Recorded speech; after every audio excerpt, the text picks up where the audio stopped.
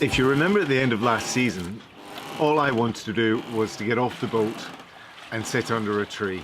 Which is pretty much what you did, or we did.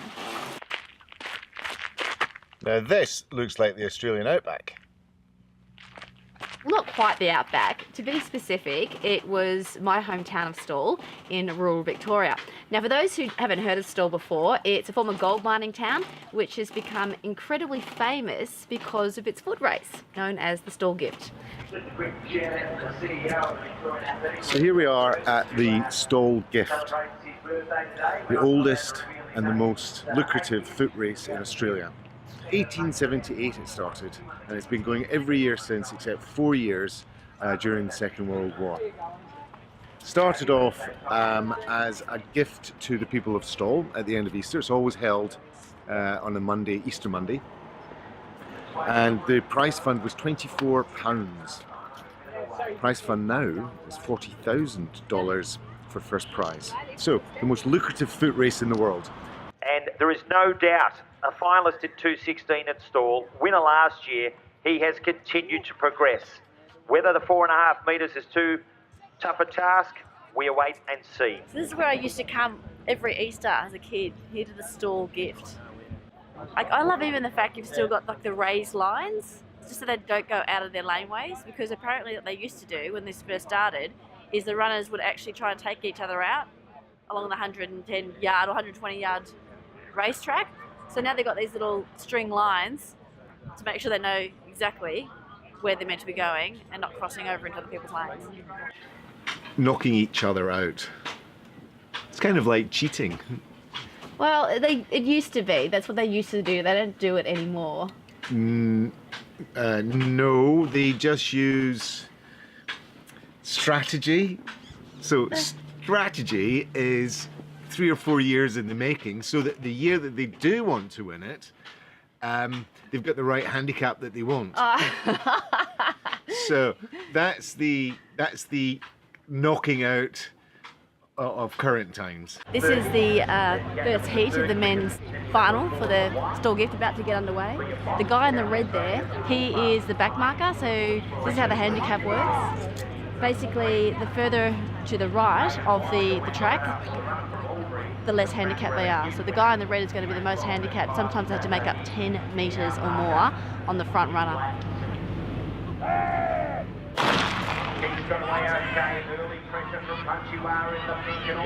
What we're about to watch now is the women's heat.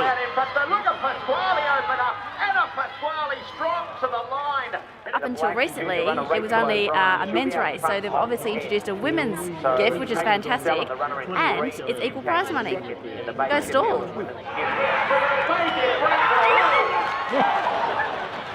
When you see people win the Stawell Gift, they are so ecstatic. It means so much to them to win this event. It's not just the prize money, it's the prestige of it as well. And it would have meant a lot more to me if the betting tips that I was given actually came through. We've just had $100 on Alan in the final of the Stawell Easter Gift at 6-1, and after the heats, after the semi-finals, he'll probably be 6-4 on. And this is from the ex-mayor of Stawell, so he should know. Better know.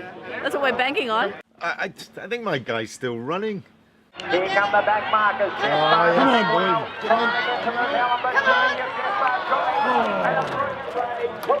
God damn it. Gutted. 50 50 great British pounds down the shack. Our guy didn't even make it through the heat. We were nowhere. Yeah, but he was an American, so clearly he hadn't got his strategy right. The ceremonial tearing up of the ticket. Let's go and have a drink. Let's go and have a drink. One of the most striking things about the event is it really is a huge community gala. You know, you have 5 generations, 90-year-olds down to 5-year-olds, all in the same place, all celebrating the same event. There's about 2 cops for 10,000 people, and I think I saw the cops in the bar. Yeah, afterwards, I think you're right. No, during. I think they were behind the bar. So famous is this place, it's even got its own lager. What's the verdict? Oh, I don't know, I haven't tried it yet. Smooth?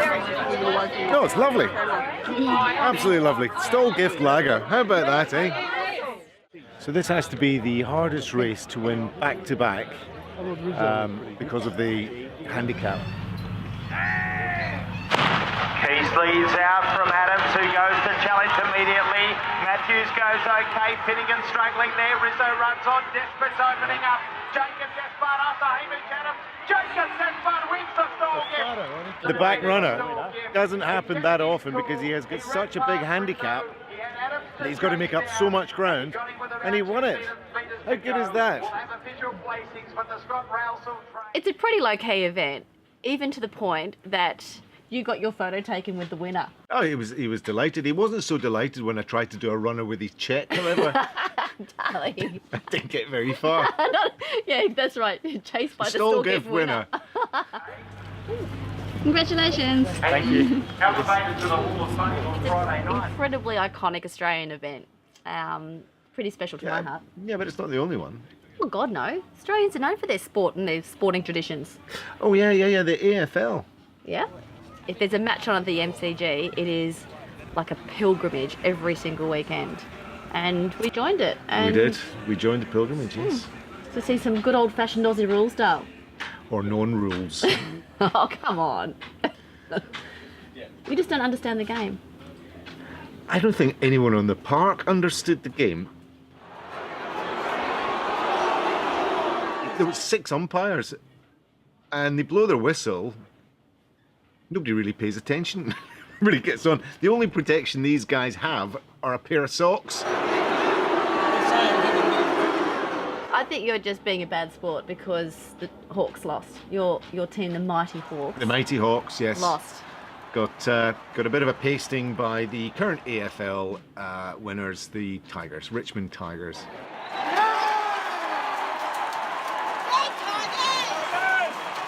Not only are they AFL champions, but they've also got the jauntiest club tune.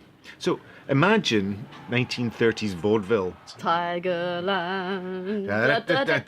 Tigerland. It's great, isn't it?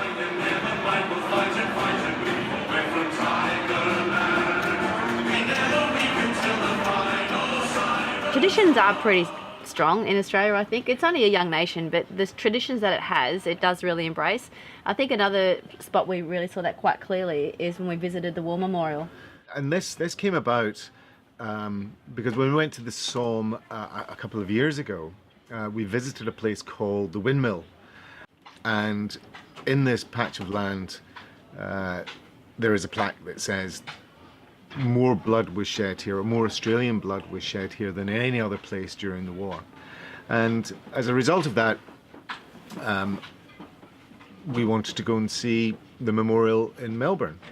So this is one of the biggest memorials in Australia, and probably one of the biggest memorial days takes place here on the 25th of April each year, Anzac Day, which is testament to all of the servicemen and servicewomen who fought for Australia in all of the wars since the First World War.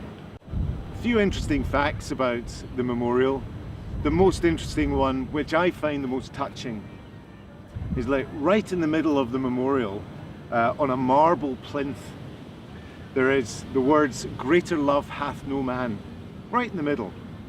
And on the 11th hour of the 11th day of the 11th month, when the First World War ended, through an aperture in the ceiling, the sun shines, and it shines on the word love.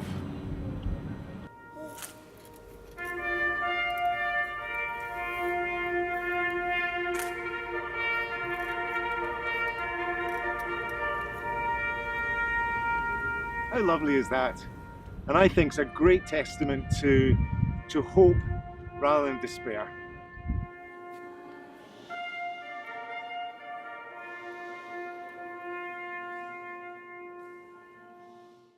It's a pretty cool place, actually, Australia. I appreciate it more, I think, having been away from it for so many years, and seeing the beaches, seeing the restaurants, the nature, everything is just so accessible, isn't it? It's just laid back, and it's a good spot for us to escape to when we're not on the boat. Yeah, there's plenty of land. Plenty of it. He's not really digging your skippy too, Dal. Why's it going up? Oh shit, it's going up. You know what you're doing? No. Oh my god. Whoa! Oh!